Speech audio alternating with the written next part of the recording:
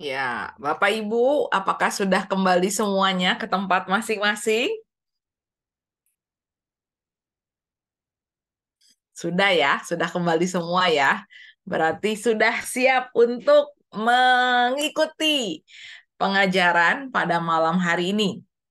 Ya, kita akan masuk ke dalam pengajaran di sesi pembekalan doa How to be a Prayer Warrior yang malam hari ini masuk di sesi udah seri kelima ya, seri kelima dan temanya pada malam hari ini adalah 7 dosa besar ya, 7 dosa asal. Nah, untuk itu pengajaran malam hari ini akan dibawakan oleh Bapak Roland Lesmana yang merupakan pewarta dan pengajar dari PPK PKK Kuskupan Bandung dan beliau saat ini aktif melayani di PD Santo Laurentius Bandung. Ya, Roland sudah siap.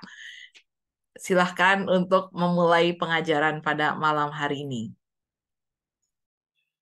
Oke, terima kasih atas waktunya. Suara saya bisa didengar dengan baik ya, teman-teman semua? Bisa, bisa. Bisa ya? Aman.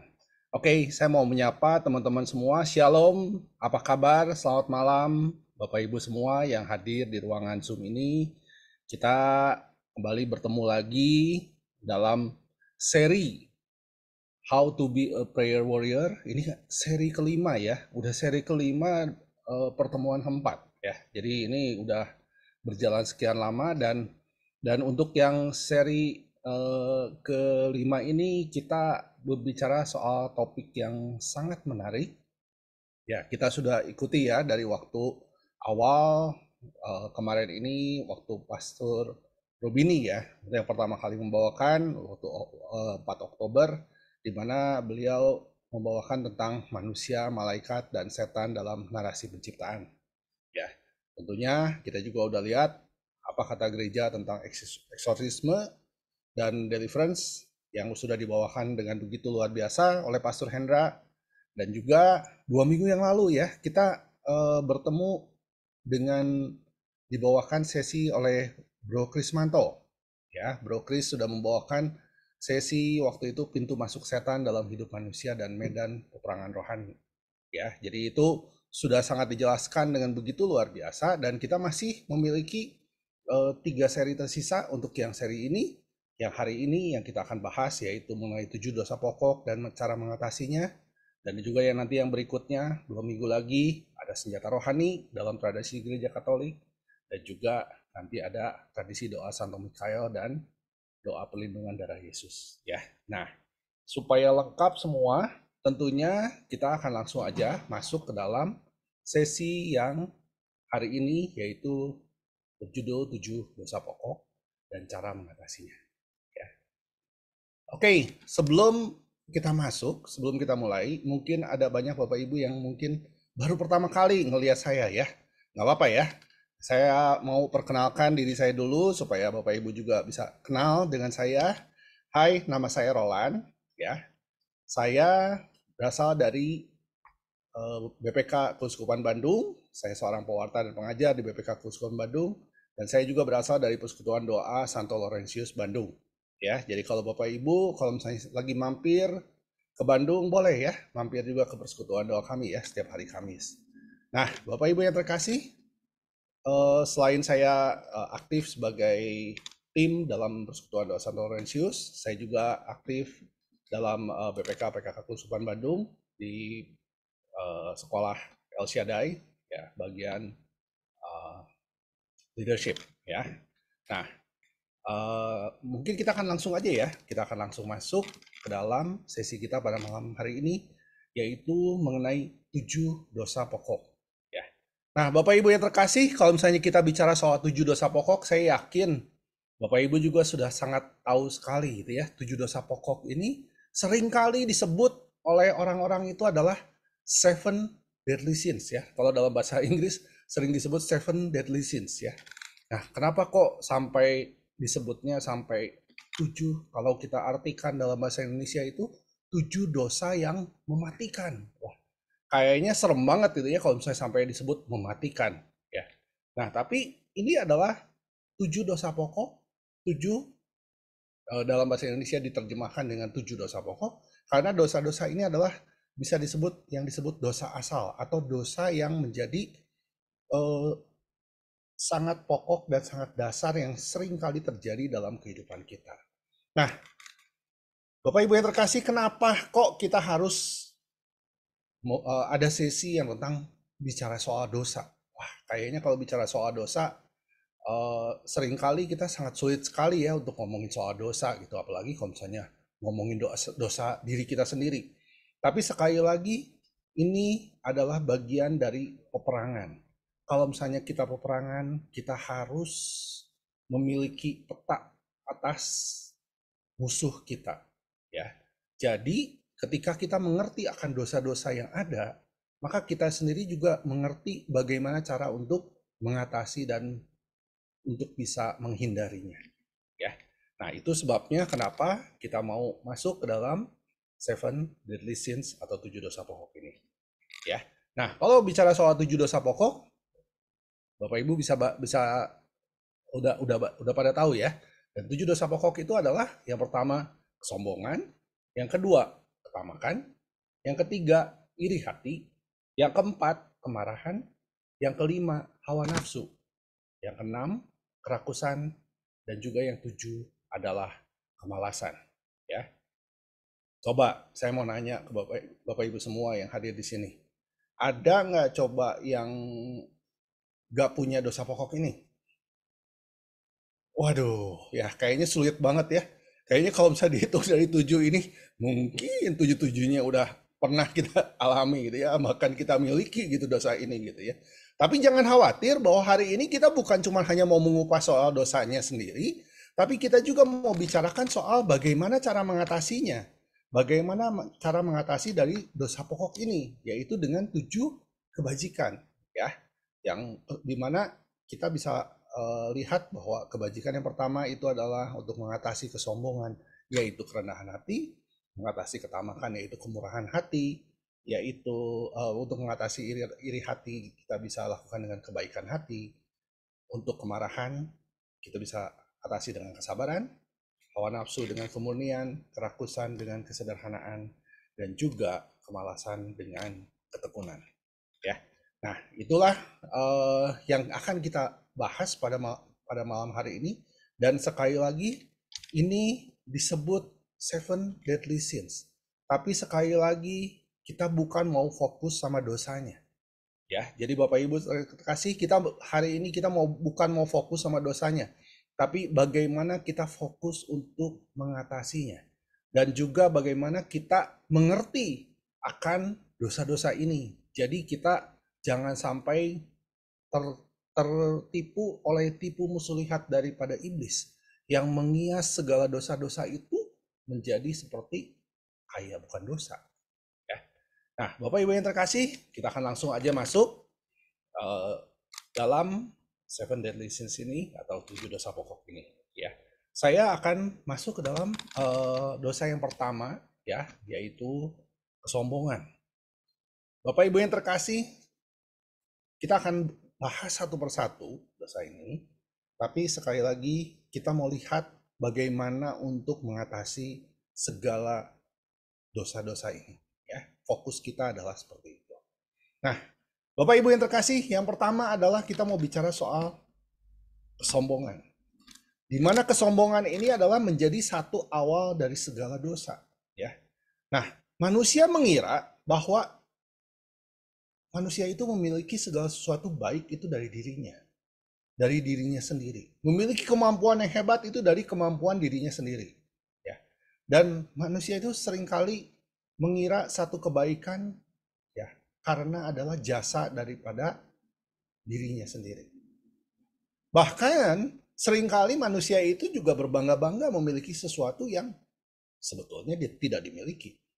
Ya. Atau mungkin dari kesombongan ini juga bisa timbul karena menganggap diri sendiri itu lebih jago, lebih hebat, lebih unggul, lebih memiliki banyak daripada orang lain, atau bakat-bakat yang hebat dengan luar biasa daripada orang lain, sehingga pada saat dia merasa dia hebat, dia tidak secara langsung itu menyombongkan diri, katanya kan ada yang ngomong, saya tidak sombong, tapi menyombongkan diri gitu ya. Ya, ini sulit sekali gitu. Banyak sekali yang eh, dalam tahap yang kita sendiri sangat sulit sekali untuk melihat apakah betul orang ini sombong atau tidak. Karena ketika dia mulai menganggap dirinya unggul, menganggap dirinya memiliki kelebihan, dia akan cenderung akan menghina atau memandang orang rendah orang lain. Ya. Nah, Bapak Ibu yang terkasih, kesombongan ini adalah satu awal dari semua dosa.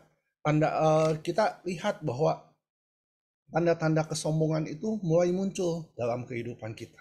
Ya, biasanya mungkin kita merasa puas terhadap diri sendiri. Ya. Atau enggak mungkin kesombongan ini juga bisa muncul ketika kita berada dalam satu otoritas tertentu dan kita melakukan apa namanya tanda kutip pemberontakan, ya, atau membenci atasan kita, membenci satu otoritas, ya. Dan biasanya kesombongan ini juga ada kecenderungan itu sok tahu, ya. Jadi sok tahu. Jadi segala sesuatu itu dia rasanya pengen dia yang paling tahu dari semuanya. Dan juga ketika orang sombong biasanya tidak dapat menerima kritikan atau masukan. Jadi kalau ada kritikan masuk dalam ke dalam kepala dia, dia itu akan cenderung untuk langsung menolak dan memikirkan hal-hal untuk mengcounter setiap masukan dan kritikan tersebut. Dan juga ketika kesombongan itu terjadi, dia juga merasa, saya udah nggak butuh orang lain, saya juga udah nggak butuh Tuhan, saya bisa melakukan semuanya sendiri. Ya. Dan keberhasilan adalah usahanya sendiri dan bukan karya Allah. Bapak Ibu yang terkasih, kalau bicara soal kesombongan ini, ya saya bacakan semua poin-poin yang barusan itu. Saya lihat ketika saya masih belum mengenal Tuhan lebih lagi, itu ini adalah Roland banget lah sebetulnya. Ya, jadi ini adalah satu masalah daripada Roland waktu dulu. Ya, jadi di mana saya itu merasa, saya mah gak butuh orang lain. Ya, saya bisa melakukan semuanya sendiri. Saya melakukan usahanya sukses. Saya berusaha umur 30 sudah bisa jalan-jalan ke keliling dunia. Saya merasa sombong karena merasa puas terhadap diri saya sendiri. Sekarang saya merasa saya bisa. Dan saya juga tidak membutuhkan Tuhan kok. Saya tiap minggu nggak pernah ke gereja. Tapi kok sukses lancar-lancar aja. Bisnis lancar. Segala sesuatu kayak dipenuhi. Mau apa juga bisa. Dan itu di situ saya merasa bahwa saya berhasil dan itu karena kemampuan saya sendiri. Nah, inilah kesombongan itu. Ketika kita sudah merasa sukses, ketika kita merasa sudah berhasil, ketika kita mulai masuk ke dalam kesombongan ini, disitulah iblis sudah mulai siap-siap menerkam kita untuk menjatuhkan kita. Nah, Bapak Ibu yang terkasih, ketika kesombongan ini muncul, merendahkan orang lain itu adalah menjadi sesuatu makanan sehari-hari. Saya dengan mudah untuk ngomong kepada staf saya, kepada karyawan saya, lu mah goblok gitu aja nggak bisa, lu mah bodoh gitu aja nggak bisa, gini dong caranya. Wah, rasanya itu saya udah yang paling hebat, saya udah paling superior, udah paling luar biasa, tapi saya cenderung untuk merendahkan orang lain, karyawan saya, bahkan kompetitor saya gitu. Dia mah nggak bisa jualan kayak begitu, ya harus kayak kita dong, kayak saya nih, saya kalau jualan kayak begini, merendahkan orang lain.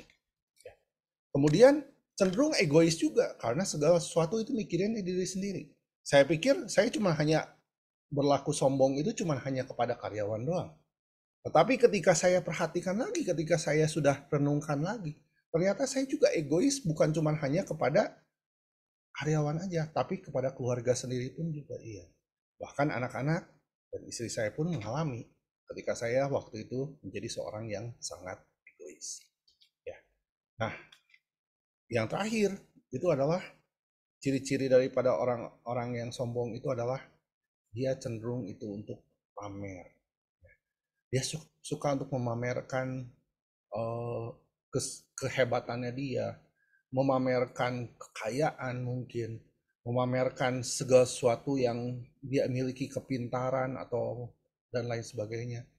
Dan inilah ketika kesombongan ini masuk, dia akan cenderung untuk pamer kepada orang-orang lain. Nah, Bapak Ibu yang terkasih, sekali lagi, kalau ngomong sombong, seringkali sombong ini sulit untuk diukur. Atau sulit sekali untuk ngomong orang sombong itu benar lagi sombong atau enggak. Karena kenapa? Seringkali ada orang juga yang bersikap merendah, tapi sebenarnya lagi menyombongkan diri. Aduh, saya mah nggak bisa melakukan ini. Ya, bukan nggak bisa, tapi dia sebenarnya dia sedang merendah untuk ngomong nggak bisa, padahal dia sendiri sebenarnya sedang menunjukkan bahwa dia itu bisa melakukan sesuatu. Ya. Nah, inilah yang berbahaya daripada dosa kesombongan ini, karena dosa kesombongan ini menjadi dasar daripada untuk membuka dosa-dosa lainnya. 6 dosa pokok lainnya itu bisa dimulai atau sering kali dimulai dari kesombongan. Nah, maka dari itu kita mau lihat bagaimana cara mengatasi kesombongan itu jelas dengan kerendahan hati. Nah, kerendahan hati ini bagaimana caranya, Bapak Ibu semua? Dengan kerendahan hati ini kita mau untuk fokus bahwa untuk mengatasi kesombongan ini, kerendahan hati itu dengan menyadari bahwa semua pemberian daripada Tuhan itu diberikan secara gratis kepada kita. Mungkin kita juga menyadari bahwa, oh, saya memiliki kemampuan. Misalnya, contohnya, sebagai seorang singer kita memiliki, oh, suara yang bagus. Sebagai worship leader memiliki puji-pujian yang bagus. Nah, sadari bahwa semua pemberian ini, kemampuan ini adalah pemberian secara gratis daripada Tuhan. Kalau kita terima gratis, maka kita akan berikan dengan gratis juga kepada orang-orang lain. Nah, inilah cara salah satu untuk bagaimana kita membuat kita untuk rendah hati dan kita melihat bahwa apa yang kita miliki, apa yang kita dapatkan saat ini itu adalah semua berasal daripada Tuhan. Dan kita mau kembalikan segala sesuatunya kepada Tuhan lagi. Ya, dan juga kita bisa lakukan dengan kerendahan hati itu dengan mengucap syukur atas anugerah Tuhan. Terima kasih Tuhan, hari ini saya sudah bisa makan nasi sama tempe. Wah, kalau misalnya melihat orang-orang makan steak, wah kayaknya steak itu enak. Tapi hari ini saya bersyukur karena saya bisa makan nasi dan tempe. Karena di luar sana masih banyak sekali orang-orang yang mungkin sulit sekali untuk mendapatkan makanan pada hari itu juga. Ya. Nah, jadi kita mengucap syukur atas apa yang Tuhan sudah berikan dan juga kita berusaha untuk tidak membicarakan atau membicarakan tentang diri sendiri. Kebaikan-kebaikan sendiri gitu diceritain, wah saya itu baik, saya itu begini, saya begitu. Dan kita usahakan untuk tidak membicarakan tentang kebaikan diri sendiri. Ya, dan mungkin kita juga bisa dengan dibantu lewat merenungkan sengsara Tuhan, ya, atau melalui pengosongan diri, ya, pengosongan diri yang seperti kayak Tuhan Yesus yang mau rela untuk mati di kayu salib. Nah, kita juga mau untuk dengan rendah hati, kita juga mau untuk mati di kayu salib ya. Kita mati di kayu salib untuk menyalibkan semua manusia lama kita, dosa-dosa kita. Nah, itulah cara yang paling utama untuk bisa mengatasi kesombongan dengan kerendahan hati itu. Ya. Nah, Bapak Ibu yang terkasih, kita akan masuk ke dosa yang kedua, yaitu ketamakan. Nah, kalau bicara soal ketamakan, ya, tamak itu adalah satu keinginan yang tak terkendali atas materi atau harta duniawi. Ya, jadi biasanya orang-orang yang memiliki sifat tamak ini adalah diperbudak oleh keinginannya sendiri untuk memiliki harta, kekayaan, dan seringkali ketika dia mengejar harta dan kekayaan, dia itu mengabaikan semua segi lain dalam kehidupannya. Ya, bahkan cenderung untuk menghalalkan segala cara, dan ia juga bisa eh, lebih mencintai hartanya daripada Tuhan sendiri. Ya. Bapak Ibu yang terkasih, kita lihat dalam komunitas kita, dalam kehidupan bermasyarakat kita seringkali menemukan ya saat ini. Menemukan apa? Menemukan kecenderungan orang itu mau pamer ya, atau pamer kekayaan lewat handphonenya. Ya, ya saya nggak usah sebut ya, ada merek-merek handphone tertentu yang kalau misalnya dia pakai itu, wah kayaknya artinya kastanya lebih tinggi gitu ya. Dan bahkan saya dengar di Jakarta itu ada ya namanya sewa iPhone ya. Wah, iPhone itu disewa sampai katanya yang saya dengar 150 atau 250 ribu sehari katanya. Wah, bisa disewa harian ya. Wah, luar biasa ya. Jadi mau ketemu dengan orang atau mau ketemu dengan calon pacar atau wah sampai sewa iPhone gitu ya untuk ngasih lihat. Nah, kalau ini kita mau lihat di sini bagaimana barang-barang ini menjadi satu simbol ya, menjadi satu target dari orang itu untuk mengejar sesuatu. Ya, jadi karena saking inginnya dia memiliki iPhone, ya, dia itu sampai diperbudak untuk memiliki harta tersebut sampai menghalalkan segala cara. Ya. Nah, ketamakan ini tidak hanya eh, hal soal kekayaan aja. Bisa jadi juga dari hal keingintahuan, dari ilmu pengetahuan. Bisa juga untuk mengejar ilmu, wah sampai ke ujung dunia ya disebutnya ya. Ke negeri tirai bambu, wah itu ya mencari ilmu sampai sedalam-dalamnya, dan dia sangat berambisi dan sangat fokus untuk mencari memperoleh pengetahuan itu. Ya. Nah, ini juga ada ya. Jadi kerakusan atau ketamakan ini juga tidak hanya seputar uang saja, tapi bisa jadi juga hal-hal yang lain. Nah, dalam Pengkhotbah 5 ayat 9 berkata seperti ini, siapa mencintai uang tidak akan puas dengan uang, dan siapa mencintai kekayaan tidak akan puas dengan penghasilannya. Ini pun sia-sia. Nah, Bapak Ibu yang terkasih, di sini sangat jelas sekali bahwa firman Tuhan mengatakan siapa yang mencintai uang tidak akan pernah puas dengan uang. Karena dia itu akan terus mencari, mendewakan uang tersebut, dan tidak akan pernah puas akan apa yang telah dia dapatkan. Ya, itulah ketamakan. 1 Timotius 6 ayat 10 juga berkata, karena akar dari segala kejahatan ialah cinta uang. Jadi Bapak Ibu, banyak waktu saya membawakan satu tema tentang ketamakan ini juga dalam satu uh, momen ya, dalam satu persekutuan. Nah, ada yang sampai uh, berdebat sama saya. Berdebat itu dalam hal ini dia bertanya, Pak, kenapa? Kok orang itu hidup itu tetap perlu uang? Gak bisa gitu kan? Kalau misalnya tanpa uang, orang itu tidak bisa hidup. Nah, di sini yang kita mau fokuskan dalam 1 Timotius 6 ayat 10 juga berkata bahwa akar kejahatannya itu bukan uangnya sendiri. Tetapi akar kejahatan itu adalah mencintai uang. Ya. Sebab oleh memburu uanglah beberapa orang telah menyimpang dari iman dan menyiksa dirinya dengan berbagai-bagai duka. Ya. Bapak Ibu yang terkasih, kita nggak bisa pungkiri bahwa ketika orang menjadi tamak, kita kalau seorang yang memiliki hawa nafsu yang tak terkendali atas materi atau harta duniawi, ya, dia itu cenderung untuk tidak memikirkan hal-hal lain. Dia cuma hanya memikirkan kerja, kerja, kerja, kerja. Ya, tujuannya adalah duit, duit, dan duit. Ya, bukan duit mengerjakan itu, tapi duit, duit maksudnya ya. Jadi apa-apa duit, duit, duit. Ya, jadi pokoknya duit aja dulu yang selalu jadikan fokus. Nah, maka itu yang sangat berbahaya daripada dosa ketamakan ini adalah keinginan tak terkendali itu. Bagaimana keinginan tidak terkendali itu bisa cenderung menjadi membawa seseorang itu masuk dalam satu ranah korupsi.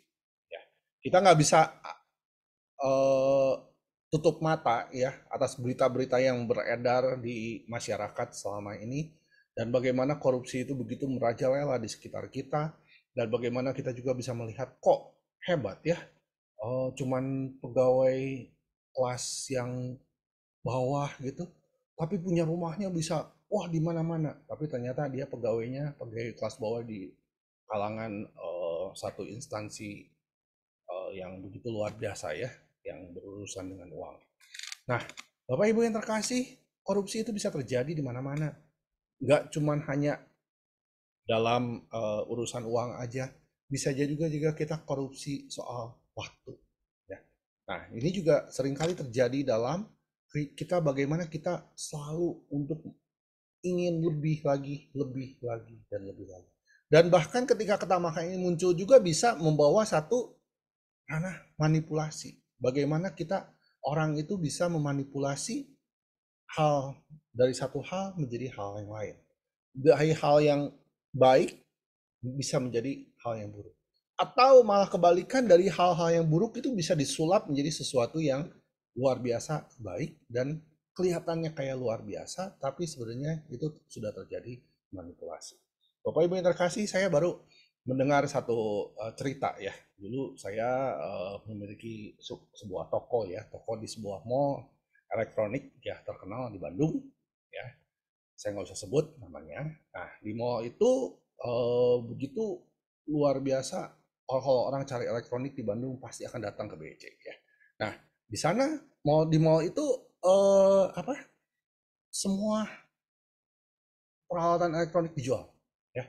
Mau cari apapun, kalau di Bandung mau cari elektronik ke mall itu pasti ada ya.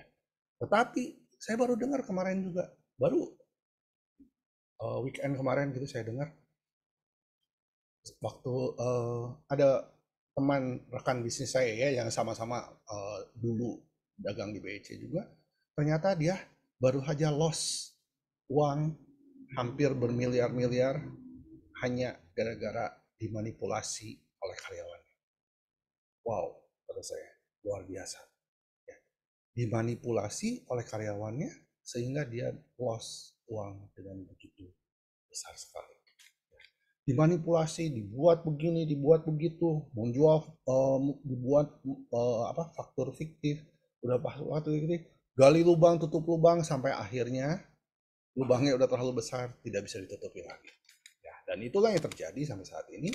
Manipulasi itu seringkali terjadi dan membawa orang itu ke dalam dosa ketamakan ini. Ya, dan juga bekerja yang tidak benar. Ya, nah ini seringkali terjadi ketika kita dalam satu lingkup kerja yang tidak benar, maka kita akan cenderung untuk langsung bisa masuk ke dalam dosa ketamakan ini. Nah, Bapak Ibu yang terkasih, bagaimana cara untuk mengatasi daripada ketamakan ini? Ya, jelas dengan kemurahan hati. Ya. Bagaimana caranya untuk mengatasi ini? Mungkin kita bisa dengan cara untuk lebih bisa memberi, bukan cuma hanya sekedar menerima. Bapak Ibu yang terkasih, kalau misalnya kita mau ngomong, kita mau menerima, itu seringkali mudah ya. Oh, oke, saya terima. Tapi bagaimana kita memberi, itu seringkali jadi sulit. Ya. Nah, Bapak Ibu yang terkasih, saya kalau misalnya misa hari Minggu suka bantu ya, bantu jadi tatip gitu ya di gereja. Nah, ketika selesai jadi tatip itu seringkali apa? Membantu ya, membantu hitung kolekte. Ya. Nah, ketika saya ngitung kolekte itu banyak sekali uang-uang dalam pecahan yang begitu kecil gitu ya yang ada. Dan itu bukan cuma hanya datang daripada orang yang sedikit, maksudnya memiliki uang sedikit, tapi seringkali itu datang daripada orang-orang yang memang sebenarnya berkecukupan. Ya, saya tidak mau menjudge karena kita tidak bisa lihat orang memberikan berapa, tapi sangat banyak sekali gitu ya hal-hal seperti itu. Nah, padahal kalau misalnya di gereja saya itu kalau misalnya misa setiap misa pasti parkiran penuh. Udah parkiran penuh, mobilnya juga bagus-bagus gitu ya. Nah, seperti itu. Nah, oke. Lewat kemurahan hati ini juga kita juga bisa melakukan dengan penyangkalan diri ya. Jadi misalnya kita bisa belajar mengatur antara apa yang kita dapatkan dengan apa yang kita keluarkan, nah, dengan seimbang. Nah, hidup dengan teratur itu akan membawa kita juga ke dalam satu kondisi kemurahan hati. Nah, itu baru yang kedua. Hal yang ketiga, dosa yang ketiga yang kita mau bahas pada malam hari ini, yaitu dosa tentang iri hati. Ya. Di mana iri hati itu adalah kecemburuan atas keuntungan orang lain, atau kecenderungan untuk bersedih karena orang lain bernasib baik. Jadi kalau misalnya orang lain senang, ya kita itu makin gak senang. Kalau misalnya orang lain untung, kita itu makin sedih. Ya. Nah, kenapa bisa begitu? Karena iri hati ini memiliki tanda-tanda sering merasa sedih mendengar orang lain dipuji. Ya. Wah, kalau orang lain dipuji, dia langsung merasa, ih, kok dia aja yang dipuji ya? Kok saya tidak gitu ya? Terus udah gitu, merasa sedih juga kalau mendengar orang lain sukses. Oh, dia hebat ya, sekarang udah sukses. Rumahnya di mana-mana, mobilnya sangat banyak dan baru-baru terus, ganti-ganti terus. Dan orang itu mulai cenderung untuk merasa iri hati, ya, dan merasa sedih karena uh, sukses, ada orang lain sukses. Dan biasanya kalau orang iri hati itu ada memiliki satu ciri-ciri juga, tidak tahan kalau misalnya ada orang yang melebihi dia. Kalau ada orang yang lebih hebat dari dia, pasti langsung, wah, saya harus lebih hebat lagi dari dia. Saya tidak harus lebih daripada dia. Ya. Dan juga tanda-tanda iri hati ini adalah memberontak jika tidak mendapat keuntungan daripada orang lain, atau bersukacita atas kemalangan orang lain. Wah, ini celaka ya. Jadi dia seringkali merasa bahwa kalau iri hati itu orang lain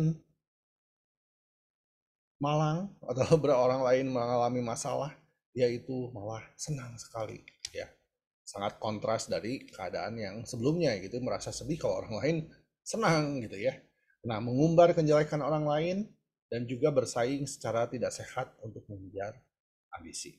Ya, nah ini adalah tanda-tanda daripada iri hati. Jadi iri hati ini seringkali muncul dan seringkali kita juga apa ya? Kalau misalnya di dalam bahasa Indonesia apa? Saru ya. Jadi tidak gamblang, tidak jelas-jelasan, tapi kita sendiri juga sering merasa, oh iya ya, saya merasa dia ngedenger dia sukses itu kok saya nggak ngerasa ikut seneng gitu ya atas kesuksesan orang lain, tapi justru merasa aduh gimana ya, kayak tidak senang gitu kalau ngeliat orang lain. Apalagi kalau orang lain itu memang adalah tanda kutip musuhnya kita. Ya, bisa jadi ini kita sudah masuk ke dalam dosa iri hati ini. Ya. Nah, dengan iri hati ini biasanya muncullah yang namanya gosip. Ya, Bapak Ibu, gosip makin digosok makin sip ya. Nah, ini gosip ini ternyata bukan hanya milik kalangan daripada ibu-ibu ya. Tapi ternyata bapak-bapak juga senang pada ngegosip ya. Waduh, ini gosip ini ternyata bukan ada hubungan dengan gender. Ternyata baik pria maupun wanita tetap sama bisa masuk ke dalam gosip ini. Dan dari gosip-gosip ini bisa muncullah namanya fitnah ya. Fitnah ini bisa muncul karena awalnya cuma hanya gosip ya.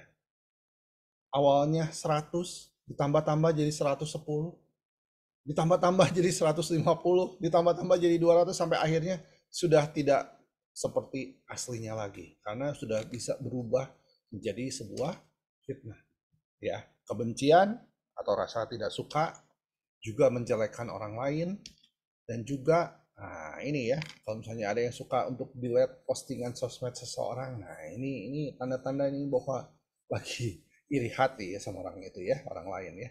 Nah, kita lihat bahwa seringkali kita melihat kesuksesan orang lain itu kita menanggapinya dengan sinis, menanggapinya dengan uh, tidak sukacita. Nah, Bapak Ibu yang terkasih, ini terjadi dalam kalangan kehidupan, dalam pelayanan, dalam kehidupan rohani ya. Ini seringkali terjadi juga dalam kehidupan kita ya. Ada kejadian itu dalam satu tim pelayanan ya. Seorang pelayan itu mau mundur dari pelayanan. Dia ngomong katanya, "Oh, saya mau ini dulu ya, mau cuti dulu pelayanan karena saya sibuk. Oh, saya itu sedang ada kerjaan, sedang ada fokus yang lain. Saya mau cuti untuk pelayanan. Tetapi ketika kita lihat daripada medsosnya, oh ternyata medsosnya itu dia isinya pergi ke sini, pergi ke situ, oh pergi ke sini, pergi ke situ. Pokoknya isinya adalah eh, pergi ke sana sini. Nah, yang terjadi adalah dalam tim pelayanan itu malah akhirnya terjadi keributan. Ya, katanya mau cuti pelayanan, tapi kok jalan-jalan terus, gitu ya. Nah, akhirnya ini dosa iri hati ini seringkali bisa muncul dan menjadi penghalang dalam kondisi yang sangat sulit sekali dan bisa menjadi saru ya di dalamnya gitu. Bahwa ini bener nggak sih ini orang-orang lagi pada iri hati? Ya.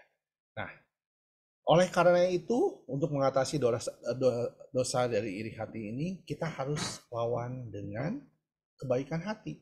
Ya. Dan dengan kebaikan hati ini, kita mau fokus untuk menjauhi perkataan, perbuatan, dan juga meremehkan orang lain. Dan kita juga mau untuk bisa lebih keluar untuk menolong orang lain. Bukan cuma hanya sekedar memendam perasaan, tapi bisa mengungkapkan cinta kasih secara praktis kepada orang lain, kepada yang membuat iri hati, ya, dengan bersikap baik, menolong, mungkin bisa berbicara dengan ramah juga, dan semua hal-hal baik yang kita bisa lakukan. Ya. Dan juga kita juga bisa lakukan mengatasi dengan kebaikan hati itu adalah mencari sifat-sifat yang baik, ya, dan juga daripada orang-orang yang kita iri hatikan, ya. Dan juga kita juga bisa lakukan dengan bersyukur pada Tuhan apa yang telah kita terima dan bersyukur juga atas orang yang kita iri hatikan, ya. Nah, Bapak Ibu yang terkasih, biasanya orang yang iri hati itu biasanya seringkali terjadi dalam dirinya itu sebenarnya terjadi luka batin. Dan kalau misalnya kita terjadi luka batin dalam diri kita, ya, nah ini kita memerlukan satu namanya penyembuhan luka batin. Penyembuhan luka batin supaya kita bisa keluar dan juga bisa mengalami, bisa mengatasi dosa tentang iri hati ini. Ya. Nah, Bapak Ibu yang terkasih, kita akan langsung masuk ke dosa berikutnya, dosa kemarahan. Nah, kalau dosa kemarahan ini kita bicara soal kemurkaan, soal satu emosi yang tidak bisa dipendam, satu emosi yang akan timbul dengan hal-hal yang kecil sekalipun. Dan biasanya kalau misalnya kemarahan ini disertai dengan keinginan untuk membalas dendam. Nah, Bapak Ibu yang terkasih, kemarahan ini kita bicara soal bagaimana kita begitu sulitnya untuk bisa mengontrol namanya emosi. Emosi itu akan muncul keluar dengan satu perkataan, mungkin dengan satu perbuatan yang bisa menyakiti hati orang lain tanpa berpikir panjang. Bapak Ibu yang terkasih, ini sangat sulit sekali, ya, karena kemarahan itu seringkali berkaitan dengan apa yang orang lain lakukan terhadap kita. Jadi ini seringkali kemarahan ini adalah satu efek sebab akibat, ya. Kalau misalnya kita mau ngomong mana dulu ayam atau telur, ya, telur atau ayam atau telur, ya. Jadi ketika kita masuk dalam satu siklus kemarahan, apalagi kemarahan dengan seseorang, biasanya itu sulit sekali untuk ngomong siapa yang memulai, kita dulu memulai gara-gara dia, atau gara-gara dia dulu yang memulai, atau gara-gara kita, ya. Nah, ini kemarahan itu seringkali yang terjadi seperti itu. Efesus 4 ayat 26 berkata, apabila kamu menjadi marah, janganlah kamu berbuat dosa. Janganlah matahari terbenam sebelum padam amarah. Bapak Ibu yang terkasih, ini juga terjadi oleh saya ya dalam satu tim pelayanan dalam persekutuan doa. Bagaimana saya juga bisa ada tim yang marah kepada saya selama 1 bulan. 1 bulan lebih. Nggak mau ngomong. nggak mau berbicara, diajak ngomong langsung apa pergi gitu ya, diajak ngomong nggak mau langsung pergi. 1 bulan, Bapak Ibu. Ya. Kalau misalnya di sini Efesus 4 ayat 26 berkata, janganlah matahari terbenam sebelum padam amarahmu. Kalau ini luar biasa, 1 bulan. Ya. 1 bulan itu benar-benar dia memendam kemarahan, memendam kebencian, dan akhirnya kita dalam satu kondisi pelayanan yang tidak enak. Karena 1 bulan itu kita benar-benar tidak berbicara dan saling berpikir negatif tentang satu sama lain. Dan ketika dia berbuat seperti itu, kecenderungan daripada saya juga untuk ngomong, ah dia juga gitu sama saya juga akan balas lah, begitu juga sama dia. Secara manusiawi kita seringkali terdorong oleh efek sebab akibat tadi. Nah, maka kemarahan itu juga menurut Santo Gregorius itu merupakan satu halangan besar terhadap kemajuan spiritual kita. Karena membuat kita juga jadi kehilangan. Kehilangan apa? Kehilangan penilaian yang baik, kehilangan kelembutan yang menjadi pesona hubungan sosial, dan juga kehilangan rasa keadilan, dan juga kehilangan semangat untuk rekoleksi. Ya, jadi menurut Santo Gregorius, ketika kita marah, maka secara spiritual kita juga tidak akan pernah bisa maju. Bapak Ibu yang terkasih, kemarahan ini ketika saya refleksikan, ketika saya juga menyusun bahan ini, kembali dari waktu saya refleksikan, wah ternyata ini selain kesombongan, ya saya juga salah satu dosa yang paling besar yang saya sering lakukan dulu adalah kemarahan ini. Bagaimana saya untuk merasa sombong, saya hebat, saya bisa melakukan ini, dan saya juga sering memarahi orang karena ketidakbisaan. Memarahi orang untuk hal-hal kecil yang saya nilai tidak sesuai atau uh, tidak berjalan seperti semestinya. Ya. Nah, Bapak Ibu yang terkasih, ini sering kali terjadi ya di kalangan usaha, di kalangan pekerjaan, ya di dalam ranah pekerjaan sering kali terjadi. Bahkan mungkin kita sering kali dapat jargon ya atau dapat satu kata-kata bahwa dalam pekerjaan itu namanya bos itu selalu benar. Ya. Jadi rules number one itu adalah bos selalu benar. Ya. Dan rules number two, ya, rules yang keduanya itu adalah jika bos salah, ya kembali ke nomor satu. Ya. Bapak Ibu yang terkasih, ini sering kali terjadi dan ini menjadi jargon dalam kehidupan pekerjaan kita bahwa kita menilai bahwa bos itu selalu benar dan ketika bos salah kembali ke nomor satu bahwa bos itu selalu benar.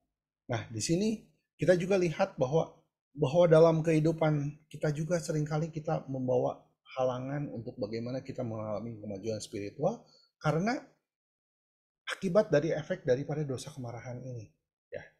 Nah, Bapak Ibu yang terkasih, muncul bagaimana kita itu seringkali jatuh ke dalam dendam yang begitu luar biasa, ya. Atau enggak, kalau misalnya dari WA ya, seringkali coba kita review lagi, apakah kita pernah memblokir seseorang karena kita dendam kepada seseorang, atau karena kita benci kepada seseorang, atau bahkan kita seringkali bisa menjatuhkan atau mencelakai seseorang lewat amarah ini. Nah, Bapak Ibu yang terkasih, bagaimana cara untuk mengatasi kemarahan? Kita lihat bahwa kemarahan itu adalah satu emosi yang bergejolak dalam diri kita, yang dimana kita juga harus mengatasinya itu dengan kesabaran. Yes, kesabaran ya. Kalau misalnya sabar itu, mau contoh sabar itu adalah coba aja Bapak Ibu masuk ke dalam ruang sauna ya.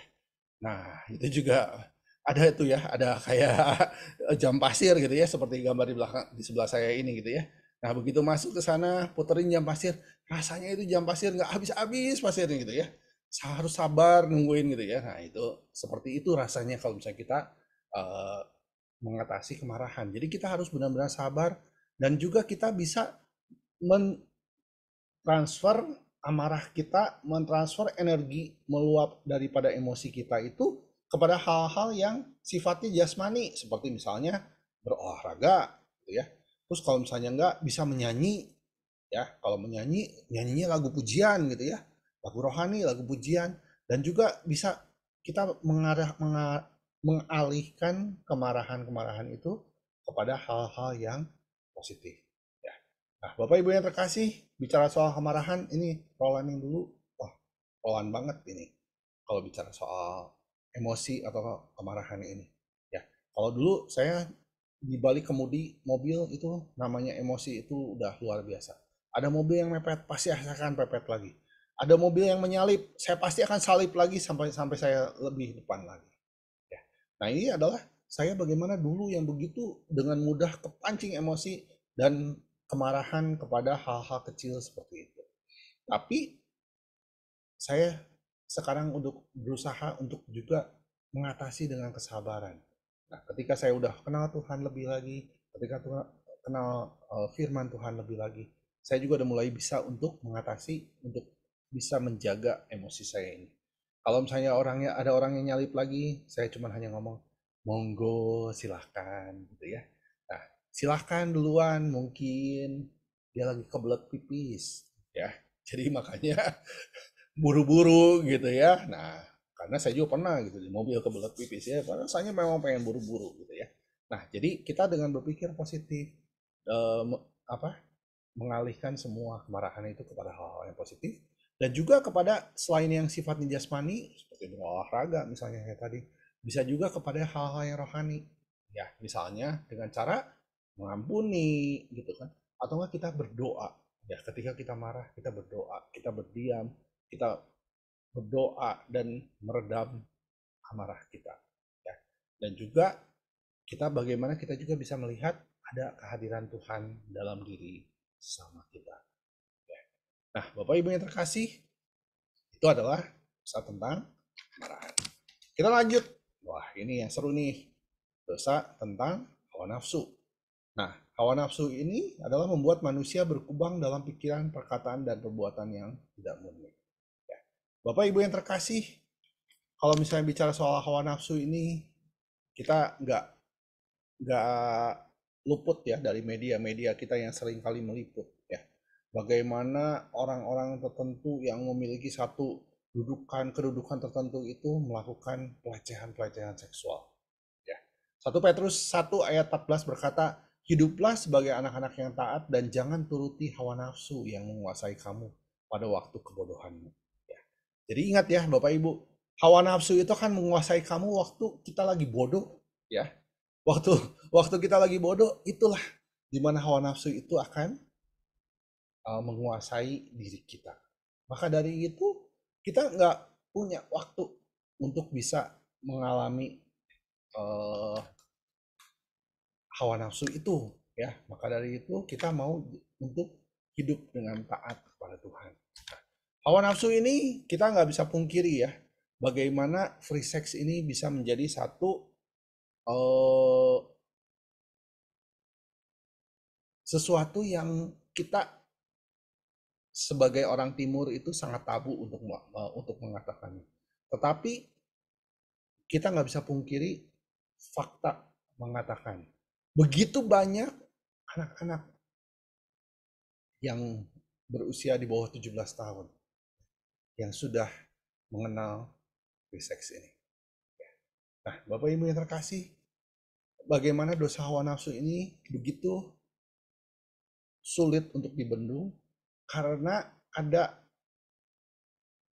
sifat tabu dalam kehidupan sosial kita untuk membicarakan soal seks ini ya. Dan ini juga seringkali terjadi karena awalnya itu dimulai dari pornografi, di mana pornografi yang mulai masuk ya, dan begitu mudahnya pornografi itu untuk bisa ada dalam sekeliling kita dengan mudah ya. Kalau dulu untuk dapatin pornografi harus menggunakan video ya, wah zaman tahun 80-an itu. Zaman tahun 90-an pakai VCD. Ya. Zaman tahun 2000-an udah nggak pakai video lagi, udah nggak pakai VCD lagi. Pakai file ya. pakai hard disk. Nah, itu zaman tahun 2000-an. Zaman sekarang, tahun 2010, udah nggak perlu itu semua lagi. Live streaming. Oh, ya. Sangat mudah sekali untuk bagaimana pornografi itu bisa masuk dan bisa merasuk ke dalam kehidupan setiap dari kita, dan terutama kepada keluarga kita, kepada anak-anak kita. Dan phone sex ya. Nah, phone sex ini cerita zaman dulu nih phone nih. Kalau sekarang itu ceritanya adalah live, live online. Ya. Nah ini kehidupan perubahan teknologi yang begitu dahsyat itu sangat memudahkan dosa ini untuk bisa masuk ke dalam kehidupan kita, kehidupan keluarga kita, bahkan kehidupan anak-anak kita. Nah, kemudian hawa nafsu ini juga bisa muncul daripada sifat yang mengatakan bahwa sex for fun gitu ya. Jadi ya udah, just for fun. Semua orang bisa melakukan dengan siapapun ya. Just for fun seperti itu ya. Nah, Bapak Ibu yang terkasih, ini seringkali terjadi dalam kehidupan kita juga. Itu semua daripada hawa nafsu ini bisa membawa kita ke dalam satu ranah perselingkuhan. Bagaimana perselingkuhan ini bisa masuk ke dalam keluarga-keluarga. Ya, Bapak Ibu yang terkasih, ya. Sekali lagi, semua dosa-dosa ini juga bisa saling berkait. Mulai dari kesombongan. Ya. Ketika dia mulai sukses dalam bekerja, mulai mendapatkan karir yang begitu hebat, mendapatkan income yang begitu hebat, dia bisa memiliki uang. Nah, ketika dia memiliki uang, dia mulai merasa, kok suaminya nggak perform ya. Kok saya memiliki gaji lebih besar daripada suami saya.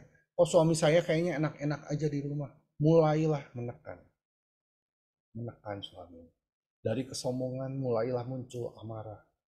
Dan akhirnya hawa nafsu ini juga bisa muncul. Kalau misalnya lu tidak bisa kerja, lu tidak bisa dapetin uang, udah, gue mau cerai aja sama lu.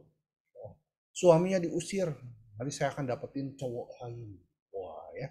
Nah, Bapak Ibu yang terkasih, hal-hal seperti ini sangat mudah sekali bisa muncul dalam kehidupan kita, dan hal ini juga bisa terjadi dan juga bisa membawa perselingkuhan kepada level yang lebih tinggi. Nah, Bapak Ibu yang terkasih, bagaimana cara mengatasi hawa nafsu ini? Ya, di mana hawa nafsu ini sangat erat kaitannya dengan kehidupan seks, ya, dan mungkin juga dalam kehidupan seks ini juga hawa nafsu ini seringkali memperbudak daripada diri kita. Ya. Nah, cara mengatasinya dengan cara kemurnian. Ya. Kemurnian bagaimana kita memurnikan diri kita, bagaimana kita juga mau untuk menjaga panca indera kita, menjauhkan diri daripada godaan-godaan yang merangsang, ya, gambar, film, atau apapun, ya. Nah, mungkin kita juga akan bisa coba jaga kemurnian ini dengan kita mengalihkan fokus kita. Ya, tadinya kalau fokus kita kepada dosa ini, kita alihkan fokus kita kepada firman Allah. Kita alihkan fokus kita kepada doa. Kita alihkan fokus kita kepada pelayanan atau kepada komunitas yang sehat dan komunitas yang gerejawi yang sehat. Nah, kita bisa dengan cara menjaga itu semua dan dengan menjaga itu semua akan bisa membawa kemurnian dalam diri kita. Nah, dosa yang berikutnya itu adalah dosa tentang kerakusan.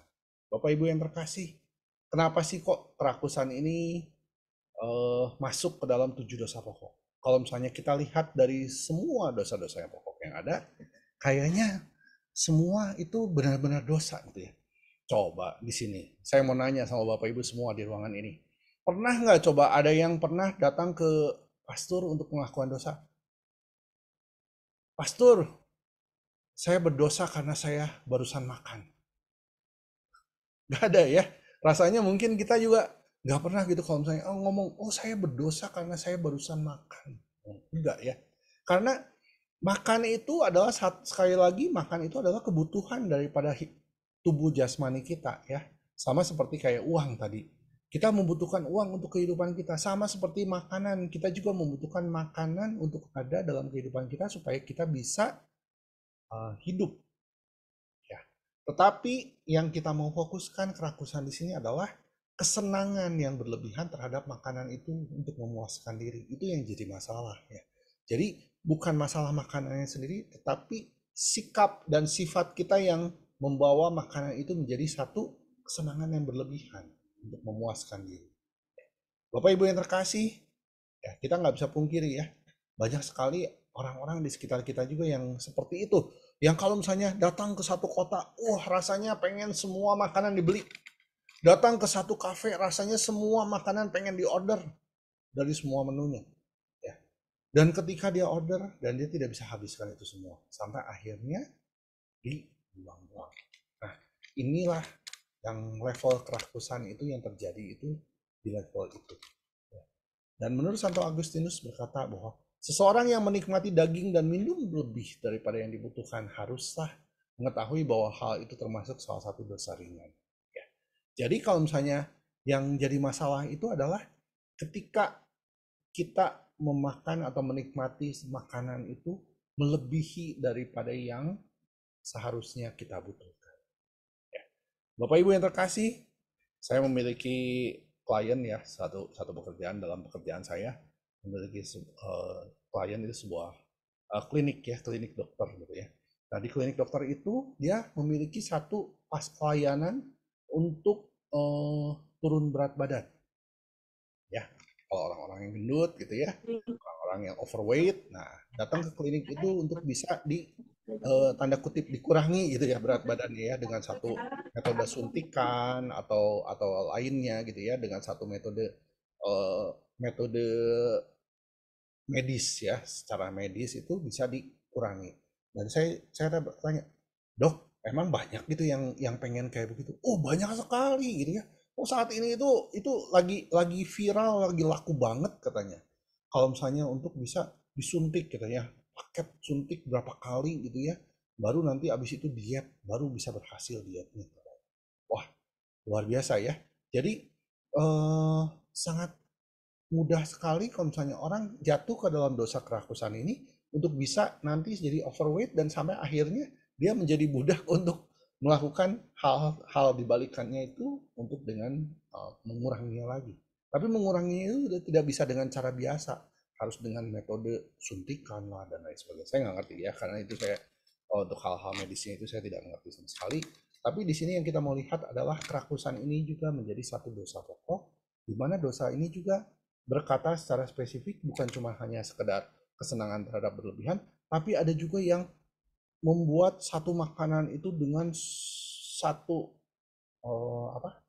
pengolahan yang begitu kompleks, yang begitu luar biasa, yang sampai ini juga yang termasuk dalam satu dosa kerakusan itu. Ya. Nah, saya nggak ngomong setiap makanan itu tidak boleh diolah dengan baik, tidak seperti itu juga. Tapi saya juga pernah mengalami dulu bagaimana saya dulu pernah makan di satu restoran yang disebutnya katanya Michelin Star ya. Oh, Michelin Star itu kalau misalnya kayak hotel itu bintang 6 kali ya. Wah, yang makanannya kayaknya disajikan dengan dimasaknya dengan luar biasa dan lain sebagainya. Gagal sedikit langsung dibuang ya. Nah, ya saya dengar begitu ya, saya nggak tahu juga.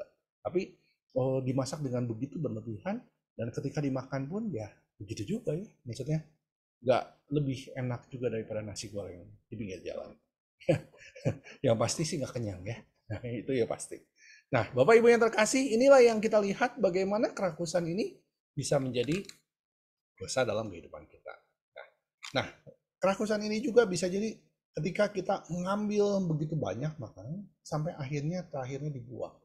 Satu hari saya datang ke satu pesta ya, satu pesta ulang tahun ya. Jadi bukan pesta kawinan, pesta ulang tahun di salah satu kafe yang kafenya itu baru buka. Ya, kafenya masih baru buka dan ngadain pesta ulang tahun dan tiba-tiba ngundang berapa banyak orang dan waktu kafe itu mempersiapkan makanan di meja, mereka merasa sudah cukup menyiapkan di meja.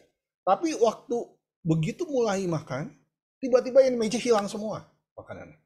Wah, gila ya ini orang-orang pada mengambilnya dengan begitu kalap. Wah, diambil luar biasa. Sampai akhirnya orang-orang itu udah nggak ada makanan di meja, akhirnya nyerbu dapur. Jadi makanan masih di dapur pun orang-orang pada ngambilin ke dapur. Ya, secara ironisnya adalah makanan begitu habis, begitu sulitnya untuk didapatkan di meja, bahkan orang nyerbu ke dapur, tetapi di meja-meja orang-orang itu masih banyak makanan yang tersisa. Ya, ini sangat ironis sekali terjadi dalam satu pesta. Ya. Dan membuang makanan ini juga, yang membuang-buang makanan ini juga adalah masuk dalam satu dosa kerakusan. Dan mungkin secara nggak sadar juga kita juga suka menyimpan makanan dalam kulkas. Ya, coba Bapak Ibu buka kulkasnya, ada nggak makanan busuk dalam kulkas? Ya, bagaimana makanan itu sebenarnya kita bisa bagikan kepada orang lain sebelum itu, selama itu masih layak makan. Tapi kita cenderung untuk menyimpan makanan itu sampai busuk di kulkas. Nah, ini adalah salah satu dosa kerakusan tadi. Ya. Nah, untuk dosa kerakusan ini kita bisa lawan dengan kesederhanaan. Bagaimana kita hidup sederhana, bagaimana kita mencukupi apa yang kita dapatkan. Ya, seperti yang tadi saya ceritakan, bagaimana saya bersyukur kalau saya makan nasi dengan tempe, dengan tahu aja.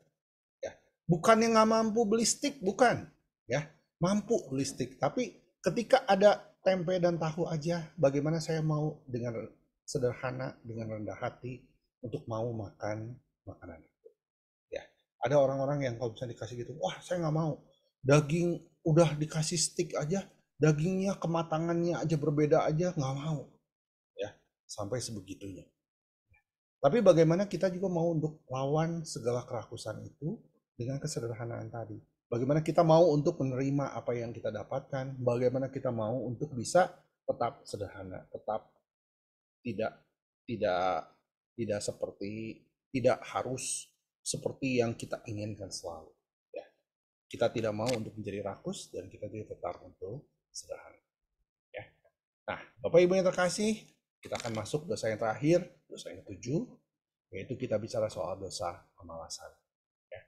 Di belakang saya ini ada tulisan, I'm not lazy. Ya. I'm just on my energy saving mode. Wah, ya ini jargon ya. Banyak orang yang mengatakan, saya bukan males gitu ya, cuma saya lagi energy saving mode. Wah, gitu ya. Jadi saya lagi dalam kondisi tidak ingin melakukan segala sesuatu. Jadi energy saving kan begitu ya. Jadi kayak monitor lagi nyala, energy saving dia akan mati ya. Cuma hanya ada lampu kedip-kedip jadi satu. Nah, seperti itu. Tapi kemalasan ini adalah masuk dalam 7 dosa pokok dan kemalasan ini adalah satu penyakit yang membuat kita tidak aktif atau tidak mau mengerjakan segala sesuatu. Ya. Dari dengan kemalasan ini ya, kita seringkali melihat satu sikap yang bagaimana kita senangnya itu nganggur. Ya. Terus sudah gitu bahkan cenderung melalaikan tugas. Karena kenapa? Tidak tertarik untuk melakukan kegiatan apapun. Ya. Bahkan kegiatan penting pun juga aduh males. Ya. Bapak Ibu yang terkasih, pernahkah kita mengalami masa-masa di mana kita jatuh dalam dosa kemalasan? Ya, disuruh ikut ini nggak mau, disuruh ikut itu nggak mau. Padahal kumpul keluarga males, gitu ya. Ada enggak lah, nanti ketemu dia lagi gitu ya, nyebelin. Jadi banyak hal-hal yang kegiatan kita itu seringkali terhambat karena dosa kemalasan ini. Ya. Terus sudah itu kemalasan ini juga seringkali berakibat daripada sikap yang sembrono atau juga yang tidak bertanggung jawab dalam kehidupan kita. Kemudian tidak suka akan segala sesuatu yang membutuhkan kerja. Ya, tidak suka melakukan segala sesuatu yang membutuhkan kerja dan senang kalau misalnya melewatkan waktunya yang tidak berbuat apa-apa. Pokoknya mah udah aja, diam aja. Ngapain aja, baca aja apa? Instagram ya. Saya lihat ya sering kali kalau misalnya saya ngelihat anak-anak muda sekarang ya terutama ya. Kalau misalnya jalan di mall, di kafe, di restoran itu ya, mereka tuh ngeliatin handphone itu ya, satu meja rame-rame gitu ya, ngeliatin handphone, tangannya itu pasti begini ya. Gesture tangannya itu sangat spesifik gitu ya. Jempolnya aja gitu yang main gitu ya. ser gitu ya. Nah, udah pasti itu lagi stalkingnya Instagramnya orang lain ya. Nah, biasanya lagi ngepoin Instagram orang lain ya. Nah, itulah dosa kemalasan itu seringkali muncul ketika kita masuk dan melewatkan waktu dengan hanya just stalking Instagram gitu ya. Ngeliatin orang, udah ngeliatin Instagram orang, udah ngeliatin orang jalan-jalan, wah, akhirnya muncul iri hati ya. Iri hati, kok dia udah jalan-jalan lagi ke sana. Lihat lagi, hari ini dia pergi ke Eropa. Minggu depan lihat lagi, oh kok ada di Australia gitu ya. Wah, makin terbakar emosi dan iri hatinya gitu ya. Nah, akibat dari dosa kemalasan ini karena dia tidak senang untuk melakukan sesuatu ya. Nah, kemalasan ini bisa bisa terjadi juga mungkin bangun sampai siang gitu ya, atau istirahat melampaui batas gitu ya. Oh, udah bangun sampai siang terus tidur lagi, katanya tidur siang ya. Terus udah gitu seringkali eh, orang-orang yang malas itu juga tidak ada satu kerapian atau kebersihan dalam dirinya ya. Seringkali sulit untuk menjaga kebersihan atau kerapihan dalam dirinya, dan juga sering menunda-nunda tugas atau enggak sangat sulit sekali untuk disiplin dalam kehidupannya ya. Kemudian, nah ini ya, menghabiskan waktu dengan gadget ya. Ya tadi saya udah cerita tadi ya, stalking Instagram gitu ya. Satu hari kalau cek di gadgetnya itu buka Instagram sampai bisa 8 jam satu hari. Wah lah, luar biasa ya. Artinya lagi ngerjain apapun juga sambil gini ya, lagi sambil nyupir juga sambil stalking Instagram gitu ya. Nah, dan biasanya udah terikat pada sosmed ini sangat sulit sekali untuk lewat. Nah, Bapak Ibu yang terkasih, sangat mudah sekali untuk kita masuk ke dosa malasan ini, dan saya juga merasakan ya. Sekarang itu metodologi daripada Instagram, YouTube Short, TikTok gitu ya. Semua sosmed-sosmed itu menggunakan satu algoritma bagaimana kita ditarik untuk masuk ke dalam apa yang kita inginkan. Makin kita tertarik sesuatu, makin mereka akan memiliki satu algoritma untuk memunculkan itu di layar handphone kita. Maka dari itu terikat pada sosmed ini bukannya satu omong kosong, karena memang secara algoritma mereka benar-benar mempertimbangkan hal itu dan membuat sosmed itu menjadi membuat sangat mudah untuk membuat kita itu jadi malas. Ya. Bapak Ibu yang terkasih, oleh karena itu bagaimana kita untuk cara mengatasi kemalasan ini? Ya, cara satu-satunya dan hanya yang kita bisa melakukan itu adalah kita harus lakukan dengan ketekunan, dengan cara menyangkal diri. Ya. Menyangkal diri. Kalau saya udah mulai stalking Instagram, saya menyangkal diri udah harus saya stop. Jangan diteruskan lagi, karena makin diteruskan makin makin ingin tahu, makin penasaran, makin pengen lebih dalam lagi pengen tahu. Dan itu juga terjadi dengan saya ya, ketika saya muncul di halaman YouTube saya itu selalu kalau muncul itu di awal pasti YouTube Short-nya. Kalau udah masuk YouTube Short, pasti nanti muncul sesuatu yang bikin makin saya makin makin swipe makin menarik lagi, makin swipe makin ingin lebih tahu lagi. Ya. Maka dari itu kita bagaimana kita mau mengatur hidup dalam teratur, disiplin dalam kehidupan kita, dan juga memotivasi diri kita untuk melakukan pekerjaan yang benar-benar yang kita harus lakukan. Nah, Bapak Ibu yang terkasih, kita juga bisa lawan kemalasan ini juga dengan ketekunan dalam memfokuskan diri kita kepada Tuhan lewat doa, lewat baca firman. Ya. Nah, Bapak Ibu yang terkasih, maka dari itu bagaimana ketekunan ini juga kita harus lakukan dan untuk bisa kita atasi segala dosa dari kemalasan ini. Nah, Bapak Ibu yang terkasih, itu kembali 7 seven deadly sins atau 7 dosa pokok yang tadi kita sudah bahas semua, beserta bagaimana kita cara mengatasinya. Jadi, kita harus sadar dan kita juga harus selalu berjaga-jaga. Karena kenapa? Sadarlah, 1 Petrus 5 ayat 8 berkata, sadarlah dan berjaga-jagalah. Lawanmu si iblis berjalan berkeliling sama seperti singa yang mengaum-ngaum dan mencari orang yang dapat ditelannya. Bapak Ibu yang terkasih, ketika kita jatuh dalam dosa, salah satu dari 7 dosa pokok itu, ketika kita masuk, ketika kita mulai untuk jatuh ke sana, hal-hal yang dosa itu tidak melulu semua hal-hal jelek, Bapak Ibu. Ya. Jadi kalau misalnya kita seringkali berpikir bahwa kalau iblis datang itu dengan muka yang menyeramkan gitu ya, dengan dosa-dosa yang mengerikan gitu ya, maka nggak akan ada orang yang mau berdosa, Bapak Ibu. Ya, justru dosa itu datang dari hal-hal yang menarik, hal-hal yang cantik, hal-hal yang menyenangkan, ya. Tetapi disitulah iblis akan menerkam kita di saat kita lengah. Ya. Maka dari itu kita harus selalu berjaga-jaga.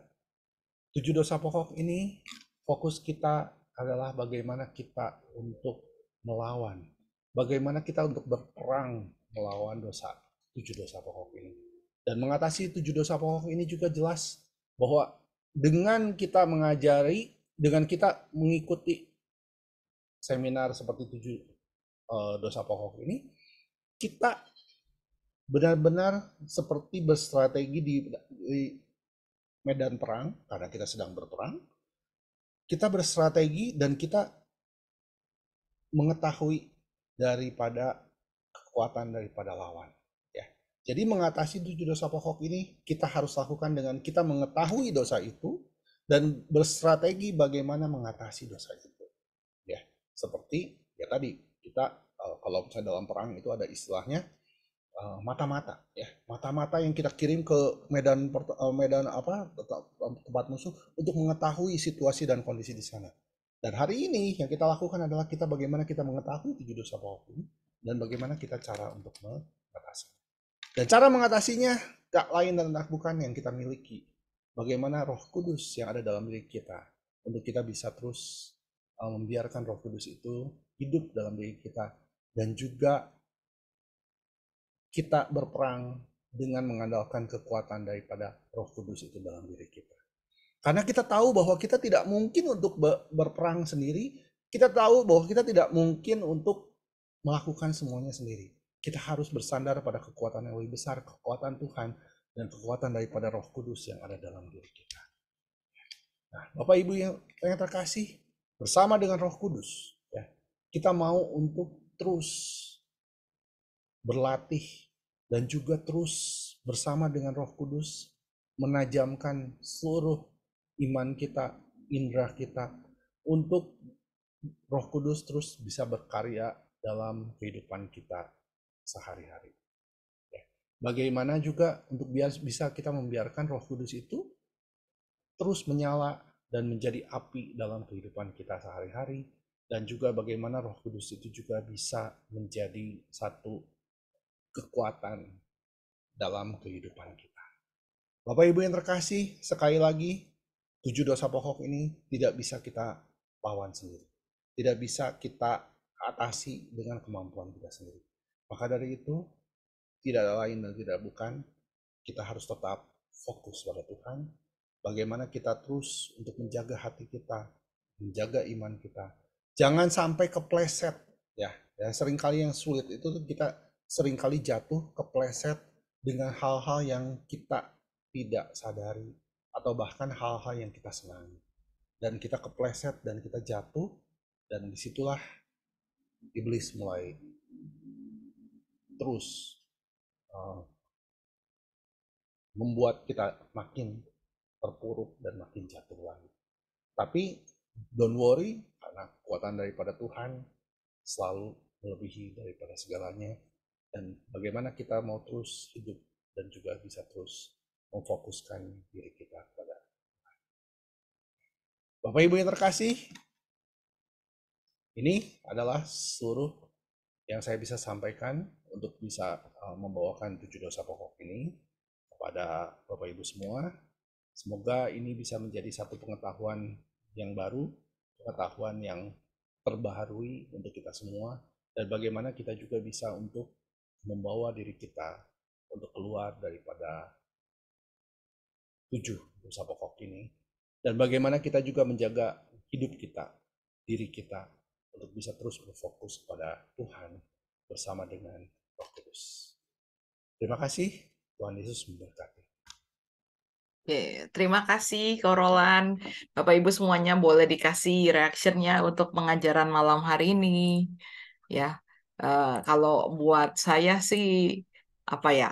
jadi banyak merenung gitu ya malam hari ini. Dari 1 sampai 7 kayaknya semuanya juga ada.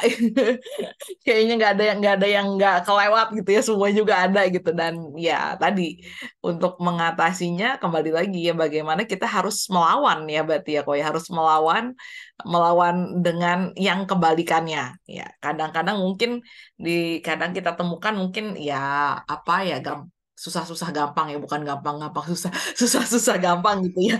Banyak Untuk susahnya melawan daripada gampangnya banyak ya. susahnya daripada gampangnya, lebih kayak begitu. Iya, iya, iya, iya. Nah, ya, Bapak Ibu kalau masih ada yang mau bertanya boleh ketik di chat. Nah, ini juga ada yang udah masuk pertanyaannya, saya bacakan aja ya ini di sini. Apakah ini termasuk kerakusan saat seseorang dia seorang yang memiliki kondisi ekonomi yang cukup, yang selalu cenderung mengambil makanan yang disajikan, tidak peduli dengan orang lain saat itu. Masih bahkan ada yang belum makan, bahkan tanpa seizin pemilik rumah. Apakah ini termasuk penyakit? Nah, jadi apakah itu termasuk satu bentuk kerasukan yang seperti itu ya tadi, ketika dia kondisi ekonominya lebih dari cukup tapi masih suka mengambil makanan yang disajikan gitu, seperti itu kok. Ya, oke. Eh, kalau misalnya ditanya persis untuk kasus ini jawabannya apa? Saya tidak bisa untuk menjawab secara pasti.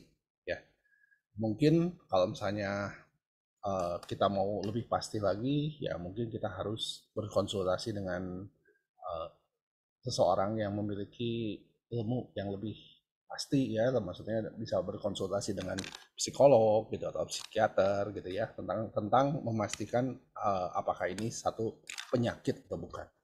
Tapi yang pasti adalah ketika dia melakukan ini, dia itu sedang terikat kepada dosa ya, ya itu dosa dosa kerakusan tadi gitu ya. Jadi dosa kerakusan ini dia sedang terikat pada dosa kerakusan ini gitu ya. Jadi dia memiliki satu kecenderungan itu untuk selalu mengambil ya. Jadi meskipun dia tidak memerlukan sebenarnya, mungkin kalau misalnya ketika dia ngambil dia pun tidak memakannya gitu. Mungkin ya.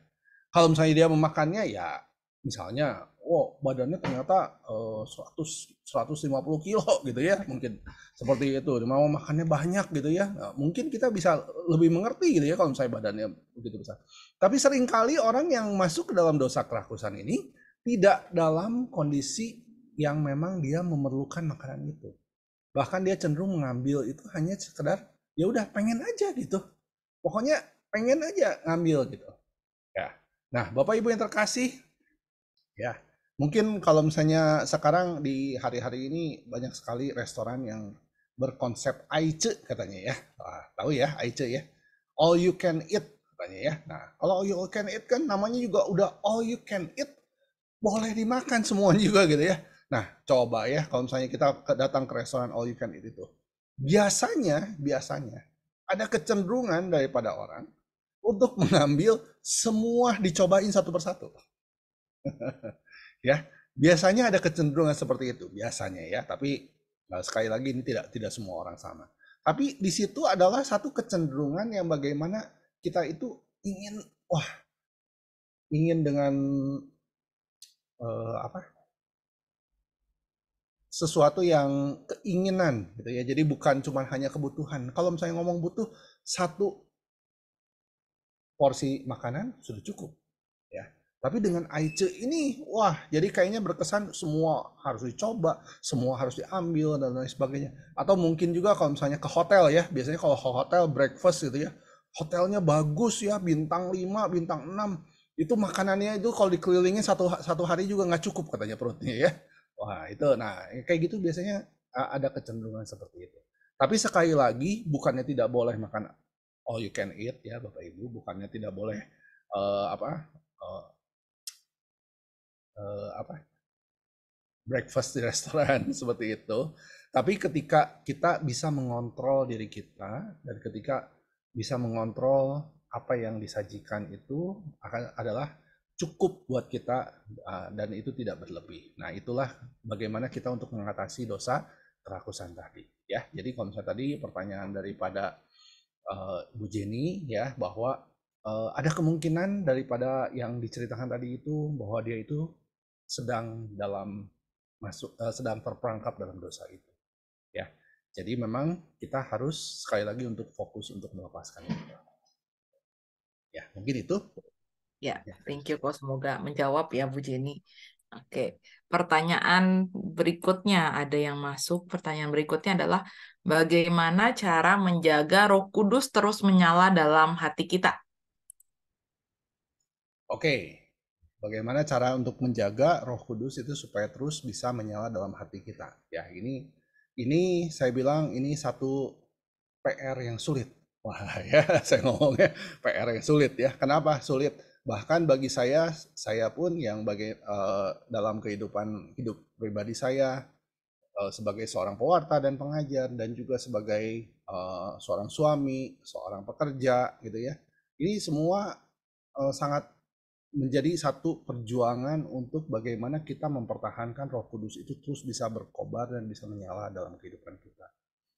Ada kalanya juga kita merasa, aduh lagi lemes ya, aduh lagi males ya, kayaknya lagi males kerja, aduh rasanya pengennya udah aja lah, ngomong aja lagi sakit gitu ya, jadi bisa nggak kerja gitu ya, atau enggak, aduh lah jangan pelayanan lah gitu ya, biar orang lain aja yang pelayanan gitu.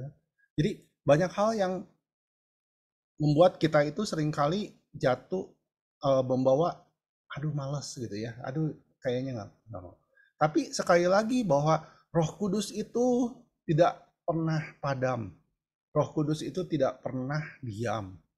Tapi ketika kita selalu mengabaikan Roh Kudus, maka hidup kita pun cerminan daripada apa yang kita lakukan, buah apa yang kita hasilkan itu jelas bukan buah daripada Roh Kudus sendiri. Ya. Nah, maka dari itu untuk kita bisa terus menjaga kehidupan Roh Kudus kita Roh Kudus itu terus berkobar dalam diri kita. Satu-satunya cara itu adalah bagaimana kita tetap fokus kepada Tuhan sendiri. Ya. Fokus kepada Roh Kudus. Ya. Jangan membiarkan atau mencuekkan Roh Kudus itu. Ya. Karena seringkali yang terjadi itu ketika kita sibuk sesuatu, ketika kita senang sesuatu, kita lupa. Ya. Fokus kita lupa sama Tuhan. Ketika kita udah dapat pekerjaan, waktu belum dapat kerja, doa terus gitu ya, supaya dapat kerja yang baik, supaya dapat uang yang banyak. Tetapi ketika udah dapat kerjaan itu, udah dapat uang yang banyak, nah suami nggak benar, dah lu keluar aja deh, gue cari lagi cowok lain. Wah ya, sampai bisa begitu ya, padahal suaminya ini udah ini ya, cinta dari SMA ya. Wah, tapi bisa seperti itu. Nah, Bapak Ibu yang terkasih, kita mau lihat bahwa bagaimana kita mau terus fokus membiarkan hidup kita itu fokus kepada Tuhan. Jangan sampai ada hal-hal lain itu yang benar-benar bisa mengganggu dan mendistraksi hubungan kita dengan Tuhan melalui perantaraan Roh Kudus itu. Saya jamin ketika kita bisa terus jaga minimal ya ekaristi setiap minggu itu minimal ya, sakramen pengakuan dosa ya secara rutin. Kemudian kita bisa mengikuti kegiatan-kegiatan rohani selain mengikuti misa. Contohnya mengikuti persekutuan doa. Atau mungkin salah satunya Bapak Ibu yang mungkin hari ini punya acara-acara lain, tapi hari ini bisa muncul di ruangan Zoom ini. Ya, untuk bisa lebih mengetahui lagi tentang kebenaran firman Tuhan. Nah, ini adalah salah satu cara bagaimana kita juga menjagai fokus kita supaya kita terus berfokus kepada Tuhan. Dan juga kita berdoa bagaimana supaya Roh Kudus terus bisa menyala-nyala dalam hidup kita, dan kita juga berfokus bahwa untuk mengandalkan Roh Kudus dalam setiap jejak dan langkah, dalam setiap keputusan yang kita ambil. Ya, nah itu salah satu caranya bagaimana kita untuk terus bisa membiarkan Roh Kudus itu berkobar, ya, dengan kita terus berfokus juga kepada Tuhan. Mungkin itu. Ya, oke, ya. Semoga menjawab. Terima kasih. Ada lagi Bapak Ibu yang mau bertanya? Boleh. Ya, itu kok di chat. Menyambung pertanyaan yang Bu dari Jenny tadi, bagaimana solusinya? Apakah perlu kita mengingatkan? Rasanya kita yang jadi malu sendiri. Oke, ya, bagaimana cara mengingatkannya ya? Jadi memang ini sesuatu yang saya bilang ini juga sangat sulit karena sekali lagi ini sulit itu bukan karena kita sulit untuk ngomong, karena ini adalah adat daripada orang Timur ya. Kita orang Indonesia termasuk orang Timur gitu ya. Kita memiliki satu eh, kehidupan dalam sosial kita itu yang gak enakan gitu ya. Nah, contohnya kalau misalnya mau negur gitu kan, bukannya bukannya yang ditegur jadi malu harusnya gitu ya. Harusnya kan begitu ya. Yang ditegurnya harusnya malu, tapi kita yang mau negur jadi ngerasa malu sendiri gitu ya. Nah, seperti itu. Nah, kalau misalnya kita lihat dari adatnya dari yang barat gitu ya, mungkin dari kehidupan sosial di barat, mereka sih tidak akan segan-segan untuk melabrak dan ya mungkin bisa jadi ribut lah dan lain sebagainya terakhirnya gitu. Mungkin bisa sampai seperti itu.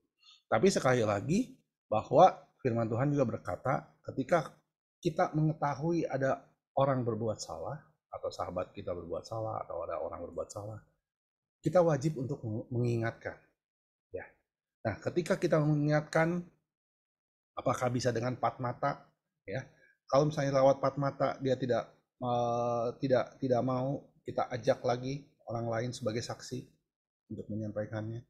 Jika udah ajak orang lain menjadi saksi dan masih tetap tidak bisa, maka eh, kita biarkan ya. Maksudnya ya akhirnya biar biar nanti orang itu juga yang akan menanggung konsekuensinya sendiri. Tapi kita sebagai orang beriman, kita wajib memiliki kewajiban untuk memberitahu bahwa empat mata kalau tidak dengan saksi. Ya, kalau misalnya memang dia tetap tidak mau, tetap tidak bisa untuk berbicara, tidak mau mendengar, ya itu dikembalikan kepada dirinya sendiri. Ya. Jadi kita juga seringkali lah mengalami bukan cuma hanya kejadian seperti yang digambarkan ngambil makanan seperti itu ya, tapi hal-hal lain juga misalnya udah tahu gitu ya, orang-orang pada ngomongin gitu ya karena dia itu oh, dekat dengan suami orang lain gitu ya. Dekat dengan suami orang lain, loh udah dikasih tahu ngomongnya nggak ada apa-apa ya, tapi kok jalan-jalan ketemu lagi mereka berdua udah diomongin empat mata nggak bisa, omongin dengan orang lain nggak bisa juga, ya udah habis. Kita juga tidak bisa untuk selalu apa menjudge orang atau ngikutin orang tersebut gitu, biar kembali lagi kepada bagaimana hubungan dia sama Tuhan. Oke itu.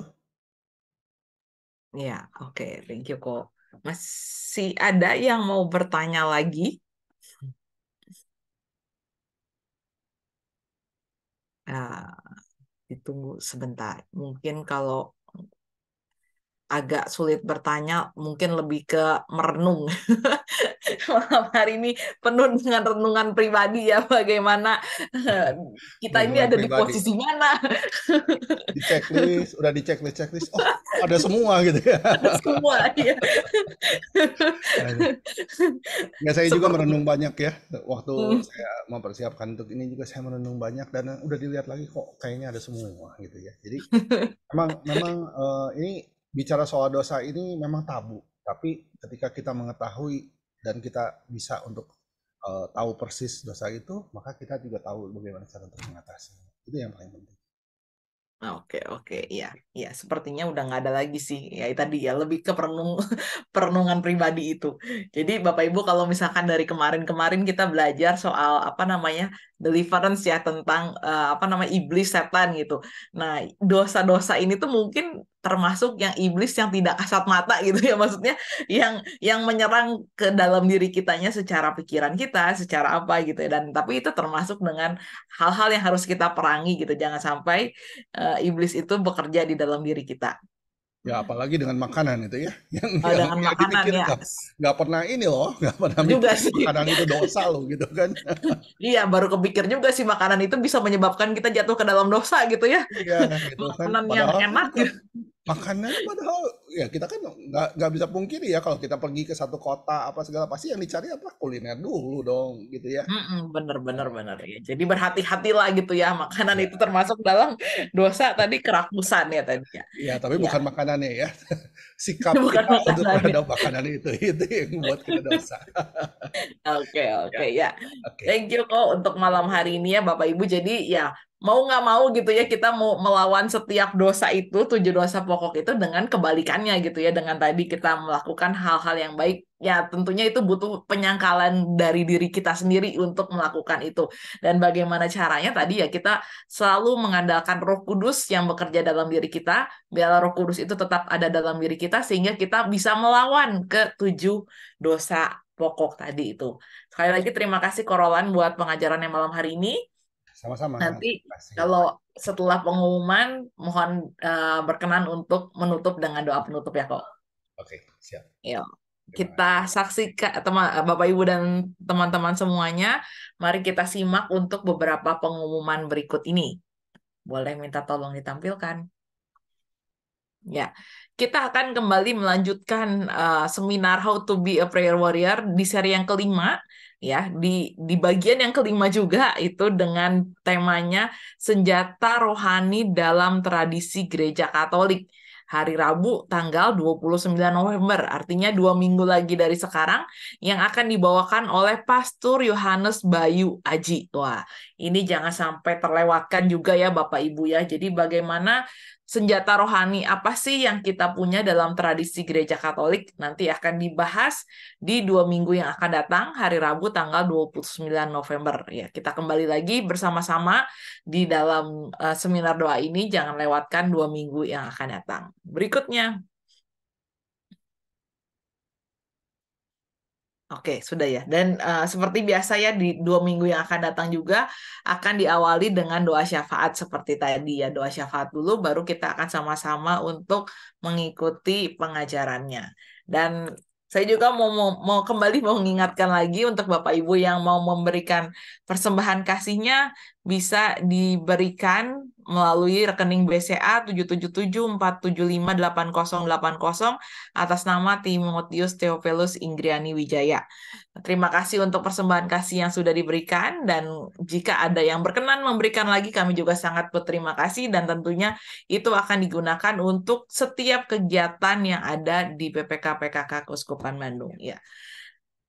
Sekali lagi terima kasih kalau Bapak Ibu merasa terberkati dengan acara malam hari ini dan acara-acara yang sebelum-sebelumnya boleh kembali kami mengetuk hati Bapak Ibu untuk memberikan persembahan kasihnya. Sudah, sekian. Terima kasih Bapak Ibu untuk kebersamaannya pada malam hari ini. Terima kasih untuk selalu eh, rindu gitu ya untuk mendapatkan pengajaran-pengajaran yang baru gitu. Dan kita akan ketemu lagi di 2 minggu yang akan datang. Dan kita akan tutup malam hari ini dengan doa. Silahkan, Korolan. Ya. Mari sebelum kita berpisah satu sama lain, mari kita satukan hati dalam doa. Dalam nama Bapa dan Putra dan Roh Kudus. Amin. Tak henti-hentinya kami mengucap syukur kehadirat-Mu Tuhan atas segala berkat dan penyertaan-Mu. Kami sungguh bersyukur bahwa kami terus dilindungi dan disertai daripada-Mu atas kehidupan yang telah kami miliki sampai pada malam hari ini. Tuhan, ini kami dengan segala kelemahan kami, dengan segala apa yang kami miliki, kami ini tidak mampu untuk melakukan segala sesuatu tanpa kekuatan daripada-Mu.